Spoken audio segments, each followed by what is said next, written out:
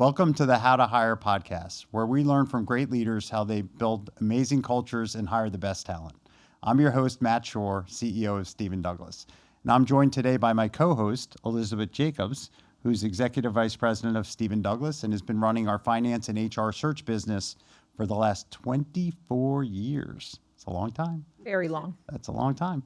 And we're also really excited to invite our guest here and introduce Nicole Milnthorpe, who is the CFO of Fairwater, which is a maritime transportation company that it's actually really interesting. They're a PE-backed business that's a joint venture that was the carve-out of two other businesses out of larger companies that were brought together into one new business. So we're going to talk a lot about building culture in a different environment.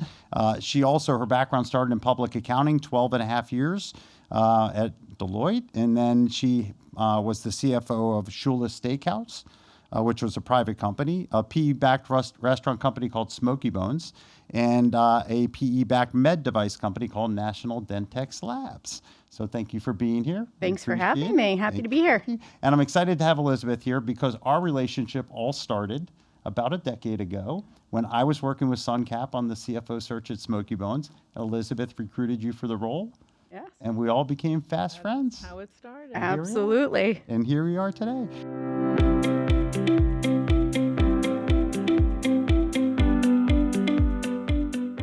So I talked a little bit about your background. I'd love to talk early experiences. You know, I started in Pricewaterhouse, and Elizabeth started at Morgan Stanley, and you started at Deloitte.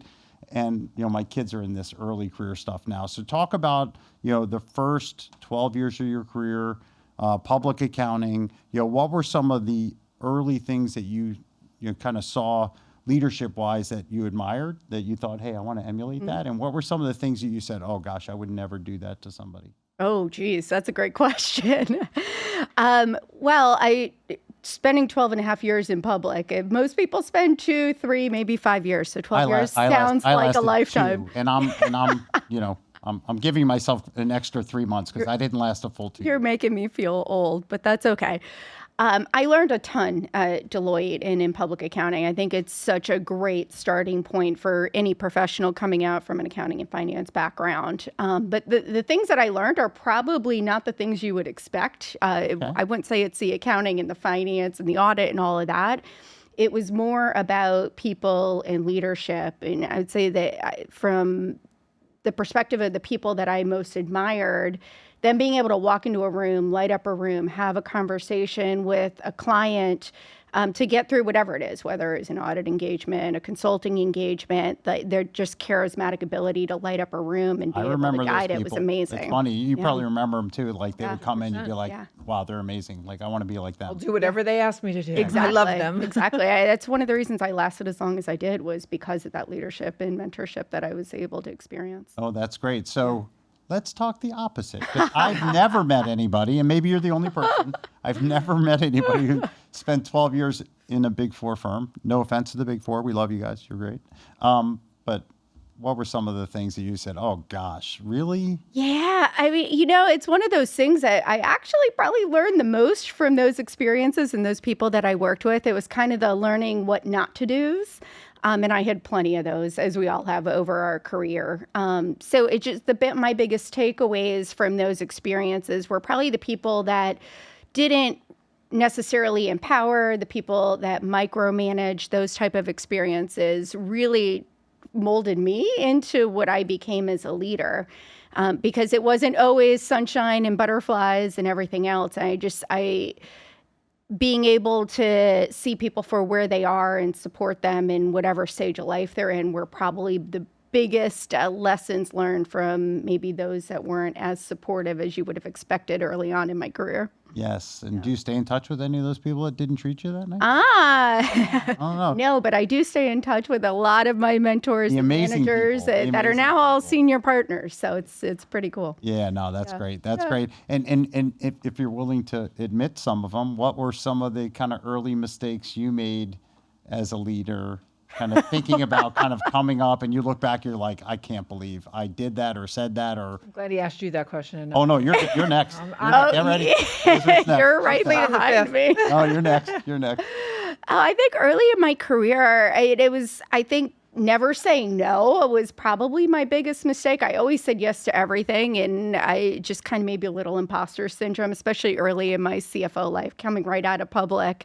So it was a lot of late nights and self-teaching, just trying to figure out how to navigate through some of the crazy things that I would say yes to over the course of my career. And then I would say the other thing is like thinking I could be everything to everybody. I'm a mom. I've got 3 teenagers now, but at one point in my career, I had 3 under 3, including twins. And it's pretty crazy the things that you'll do and look back and be like, how in the heck did I manage? Well, and through it's all of hard that? also not to bring the stress and the lack of sleep and all that stuff to work. Yeah. And when people are annoying you, I mean, not doing their job properly. And no, but when you think about it, I mean, it's hard when you're exhausted and you're like got deadlines and you're trying to get stuff done, and people are just not necessarily, pulling their weight. It's hard, to check yourself and actually treat them the way you want to be treated because you're like exhausted and stressed. And I mean, these are high pressure jobs that we've all been in. And so, how about you? Any early mistake? Anything you look back on and go, gosh, I wish I didn't do that, or that you really learned from? So, yeah, there's a lot, but probably the most important lesson I learned was, to sound silly, but treat people the way I wanted to be treated. I thought if you didn't work as hard as me, as fast as me, and do 10 things at once the way that I was able to, you weren't good. That was the bar that was set. So I had to learn quickly to really get to know the people that I was working with. What was important to them? What were their priorities? Do they have the same goals as me? Maybe they don't, right? They're not going to work at my pace. Maybe people work faster than me, slower. Everybody's kind of got a different agenda, and really getting to know my people, taking the time to understand what was important to them versus what was important to me. Yeah, And that was a big change for me. And when you're hard charging, type A, driven, worked at Morgan Stanley, New York, you're around a certain kind of people, and then you come down here and you're like, why are they not moving faster? Why are they not working? Or So where are they going? Why are they leaving so early? Like all those things. I mean, at Morgan Stanley, you knew if you didn't work that hard and you didn't stay focused, you got fired. Like there was no maybe, no option, no, I'll do it tomorrow. It was, you knew you had to do it. And so that was how I was brought up, right? Right out of school. That was my culture. That's my work ethic. I moved to South Florida in the late 90s. It was very different. There was not the same talent pool. And my expectations were very, very high because of what I was surrounding myself with for all those years out of school. So I had to learn to really get to know people and figure out what was important to them. Yeah, I think I had the same exact experience coming out of public accounting. It was the same culture, the same mentality.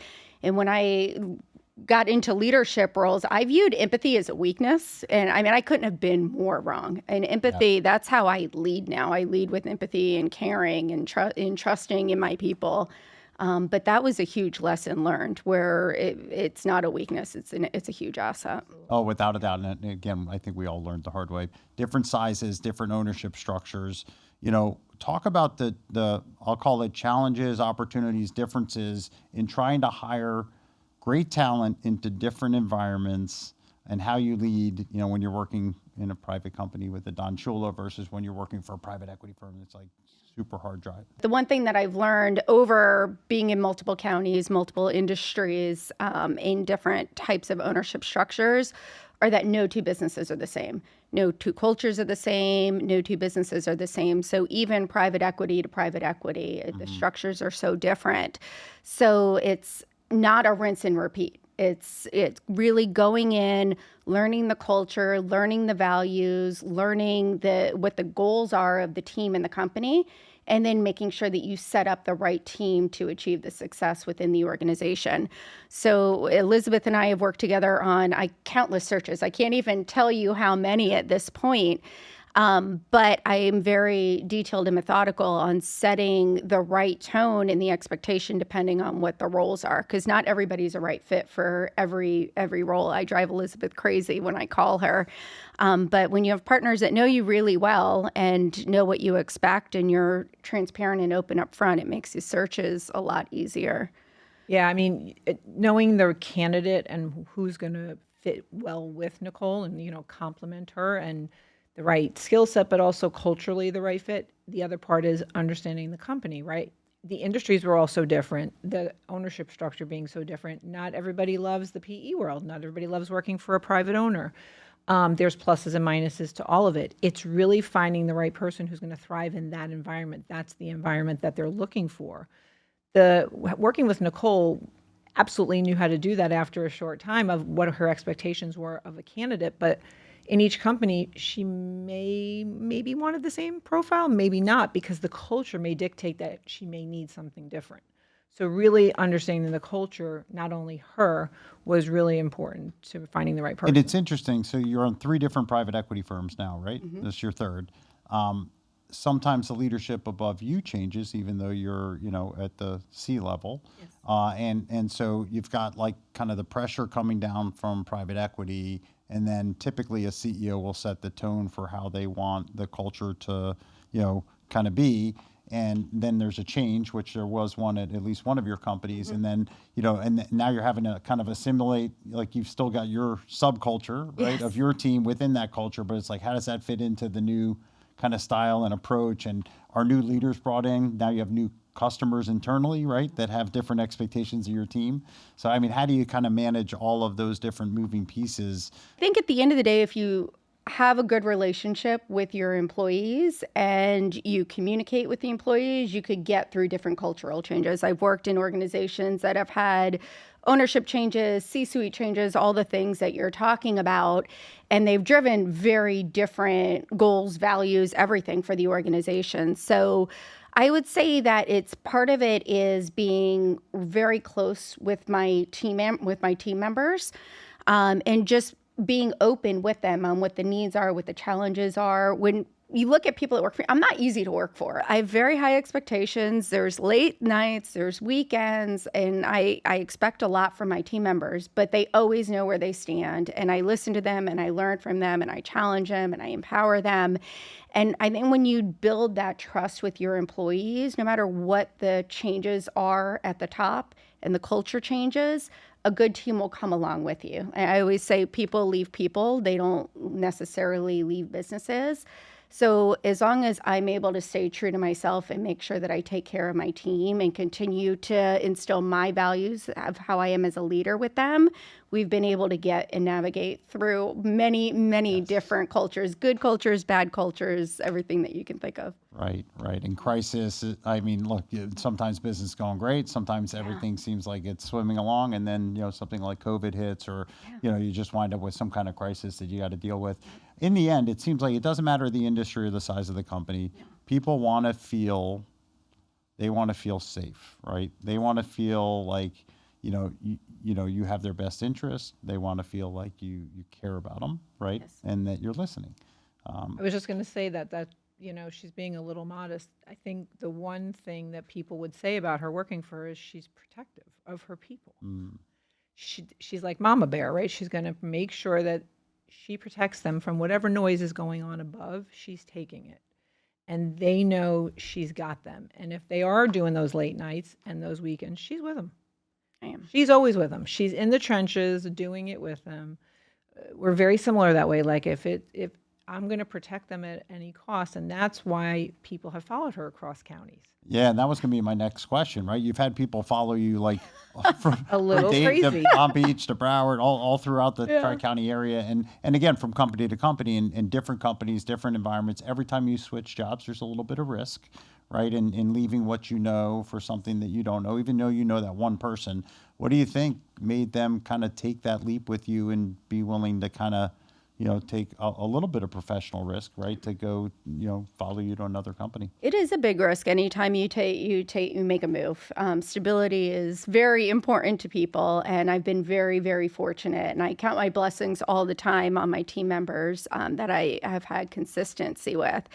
And I think it's pretty simple. I highly value my people. I celebrate them and I empower them. And we're together through the good times and the bad times. Like Elizabeth was saying, when times get really tough, I mean, I've been through restaurants with COVID. I've been through major cyber attacks. There's a lot of major incidents that we've been through as a team. But But through and through, we're a team, we're a family, and it comes down to how I treat them.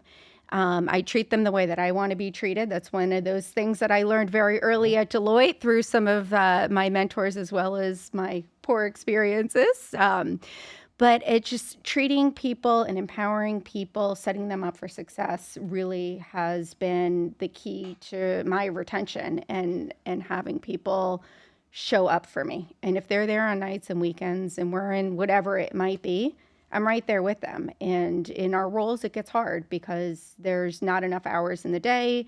There's a lot of commitments and priorities and whatever it might be, but they're never alone. They can always pick up the phone and call. Well, you're in an easy business now, so there's nothing yeah. going on that would ever affect a business that's moving oil and stuff around. Nothing happening right now. Especially not right now. Not right now. Yeah. Well, before we get to the business Yes. you're in today, Yes. I'd love to talk about Shula's, right? So, I mean, Don Shula, being from South Florida, not a Dolphins fan, but still admire Don Shula. One of the greatest coaches of all time, one of the greatest leaders of all time, the winningest coach in NFL history. And you got to work directly for him. And I mean, I just love to hear a little bit about what it was like to actually work with him directly, and what were some of the kind of incredible learnings that you got from just being around him. Yeah, I mean, when I first got the phone call about the Shula's opportunity, it was like a pinch me moment. I grew up a huge football fan, and I did grow up a huge Dolphin fan. So it was almost. Oh, sorry. I love my Dolphins. It's even today. But it was almost like a dream versus reality. And when I first was interviewing, Mrs. Shula invited me down to their house to talk to me and offer me a job. And I went from the holding and visualizing the Lombardi Trophy in coach's office to being offered the job within the organization. So I swear it was not reality. Yep. It was pretty amazing. I can imagine. So, but as far as my learnings from him, it was really cool. I got the fun side of coach. He was later in his career, and he was out of coaching for the Dolphins at that point. So he was always very laid back. He would light up the room anytime that he popped in. But the one thing that I took away the most with him is that when they approached him about doing the restaurant, he wasn't a restaurateur. He was the winningest coach of all times, to your point. And he didn't just want to put his name on a restaurant. He said, when I do something, I do it with my name on it, and I do it right, and I do it wholeheartedly. And anytime you put your name on something, you should treat it the same. So I've always taken that with me, and I've taken that to heart. I've learned that from him. But that's why he was as successful as he was. But it was magical. It was a great time working for the Shulas. That's just amazing. Yeah. And she's not a Dolphins fan either. I'm a Jets fan, which is just as bad. So I mean, probably worse. Yeah, Jets, Dolphins, probably same worse. thing. It's probably worse, but This is going to be our year. Come on. It's never our year, so don't worry. It's okay. Yeah, but that had to be me. I do. It's funny you talk about going and interviewing with him. I remember doing a search for Jack Nicklaus, and I started golfing 5 years ago, so it wasn't really that big a thing for me. But sending people to interview with him that were actually golfers and like big fans. One guy went on the interview and he said, I could barely even talk. Like, I went to his office and I was like a bumbling idiot. I couldn't even talk because I was like just in awe that I was even there. Yep. Let's talk about your current situation, because it's such an interesting dynamic, right? So you have a joint venture where two divisions, similar size to each other, right? I don't know exactly, but carved out of two much larger companies with their own entrenched cultures, with really long-time employees. It's not like they had people coming and going. These are two companies that really retain people. So you have these two like entrenched cultures, and they get spun out, smashed together. New private equity firm comes over top. This group's going to run this group's going to run that. But now all of a sudden it's now create a culture, do the thing. And it's like, and then go build and grow and, talk about coming. I mean, you came in not that long after this was created. Before you answer that, you should answer, talk about how it was to be accepted by them, because the people that were there for a really long time. Yes, And for yes. them to accept you, how did that go? Because that's what I want to know. It's so much to unpack in Right. both questions. I think Fairwater, so I came into Fairwater 5 months after the joint venture was established. And it was two very established heritage, very well run companies that merged into what is now Fairwater. And half of it was family run from the Crowley family up in Jacksonville, and the other half was Secor, which both had oil tankers for many, many years. So merging those two companies into what is now Fairwater, it's been pretty amazing seeing what's happened. I think part of the key to success is that they hired a very brilliant CEO. He was from the Secor side of the business, but he came in and set the stage from day one that we were Fairwater. And the little things that you would anticipate that you would do as a company, but you realize how much of a difference they make, are just things like the branding and making sure that we have our own culture, our own vision, our own values, and set the tone from day one. So it was one of those things where the company and as a leadership team, we embraced two heritage cultures. There was no right way or wrong way to do things, but we were in a unique scenario where we were able to cherry pick the best of both cultures and form them into what is now the Fairwater culture. So it was a lot of months of listening and learning and listening to different people's perspectives from our interns all the way up through our CEO, and making sure that we stayed true to who ourselves. So we led with safety, right? We're running Right. oil Well, of tankers. course, in your business, yeah. So you lead with safety and you lead with our mariners in mind. We have thousands of mariners that are out sailing on the ocean every single day. So doing what's right and making the right decisions in the best interest of our mariners, when we put that front and center, it just made things flow a lot easier and made our decisions and what was the best to pick from. And so you were saying, okay, it's about the Mariners, so Yes. we need to be here to support them so they could do what they can do, what they need to do safely and deliver for the customer, right? So, Yeah, one of the things I've always viewed from my department, whether finance, accounting, IT, or whatever is underneath me, is we're a support center, Yep. right? We work for our stakeholders. Our stakeholders are the mariners, our owners, our customers. Those are our stakeholders. So when I came into your question, Elizabeth, when I came in, I came into a very well-established accounting team. They had been together for years. We have people that have been with the organization 10, 20 years. absolutely. Yeah. Stepping in with one of the only people that was not from maritime or even shipping, Yeah. I had big shoes to What fill. does she know? Yeah, exactly.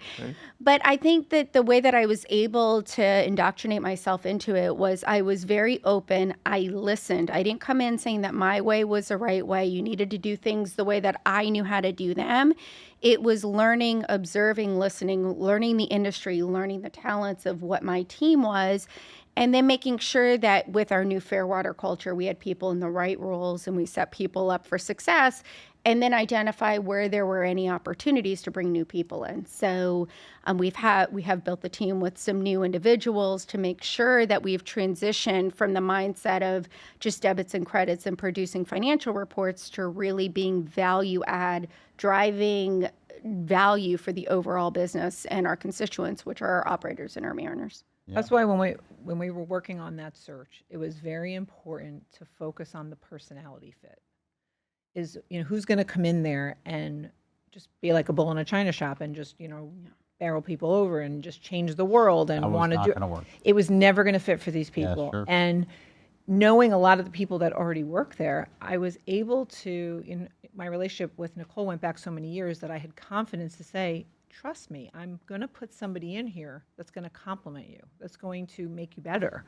I would never ruin your culture, and they trusted me. And I really spent a lot of time looking for the right person, like the DNA fit was really the key for this, because their culture was great, their business was great, there was nothing wrong. It was just, how do we get them to a next level? And finding the right person who would go in, like she said, assess, really listen. They needed that. They needed to know that she was there to listen and not just change. Yeah, but I like what you said from a service standpoint, more of a support services. Obviously you have the mariners, you have the customers that are obviously paying your bills and you're moving their products and all that sort of thing. But you have all these other departments that are relying on you to be able to do their jobs, right? Sales, marketing, HR, all these sorts of things that may not report to you. So but they're certainly internal customers. Then you have your private equity sponsors, right? That they've got an expectation. They put a lot of money into this, right? And so there's a lot of people to support there, and that's kind of an interesting perspective on it. Talk maybe just at a high level here about you know you've gone into different environments, different ownership structures. For any leader out there who's kind of coming into something new, walking into a culture that exists, whether it's good or bad, that doesn't really matter per se. It doesn't matter what the business is. How do they, if they're coming into something new now, how do they try to kind of, put their mark on it, but at the same time respect what's already there, what's working, and Yeah, I think the best thing that I've learned, and everyone has such different experiences, is that it doesn't happen overnight. And trust is earned, it's not given. So no matter what level you are within the organization, and me coming in the head of finance role, it's really earning the trust of our employees and working with them and empowering them and listening to them. And as you earn trust, you're able to build the culture. When you come in and you just, to Elizabeth's words, come in as a bull in a china shop, you have a much lower success rate from my experience than really embracing and empowering a team. But you have to be patient. Culture, you can't put processes and flows and controls in place and create culture. Culture is something that happens over time, and you just have to be patient and trust that it'll come. yeah. And look, if you're not listening to people and you're not, Absolutely. you're going to they're going to be calling recruiters and starting to send their resumes out and that sort of thing because they have options, right? And so you have to be aware also that you don't want to lose those great people that you are inheriting, right? One thing that I've always said is if a team member leaves and I'm caught off guard, I haven't done my job. That means that I'm not listening to them and I don't understand where their goals are, because I haven't set them up for success. I love when people leave me for great opportunities. I've had a lot of employees become directors and controllers and CFOs, and that is my greatest reward is Sure. when I see my team members succeed like that. But if somebody leaves because they're not happy or they weren't given the opportunity, that's on me. That's not on my employee. Yeah, if they're running towards something great, you could feel really good Of that you course, set them up for yes. that success. They wouldn't be ready for that next great job if they didn't kind of learn and grow, right? But yeah, if it's like they're running out of a burning building, that's not good. Exactly. That's not good. Yeah. So final thoughts, kind of words of wisdom. One big takeaway maybe you would kind of leave people with. It's been kind of weaved throughout the conversation, but what would be like the one big thing that you would leave people with? I would say it's simple. I think your people are your greatest assets, and we need to treat them that way. I love it. It's simple. Look, every business succeeds and fails based on people, right? Best products in the world, the best services in the world, but if you don't treat your people and you don't have high turnover, then in the end you're probably not going to be as successful as you could have been. You might still succeed despite yourself, because companies do, but you won't succeed at a level that's possible. Yeah, somebody asked me not that long ago, like, what's the best part of my job? And I was like, the people where I work with, right? I hired every one of them. I built that entire team. I've hired every one of them. There's not a person on the team that I would change anything about. I'm most proud of that. That's the best part of my job. Yeah, I think that's the best part of all of our jobs. So, but thank you, Nicole, Thank you being for here, having and me. thanks for sharing your wisdom. Elizabeth, Anytime. I won't see you again until tomorrow. Tomorrow morning. So, but always great spending time with you. Thank you all for tuning in. We appreciate the viewership. And if you like this, it'd be great if you could make a comment and follow us and check us out on social media as well as on our website. And I hope you join us next time. Thank you.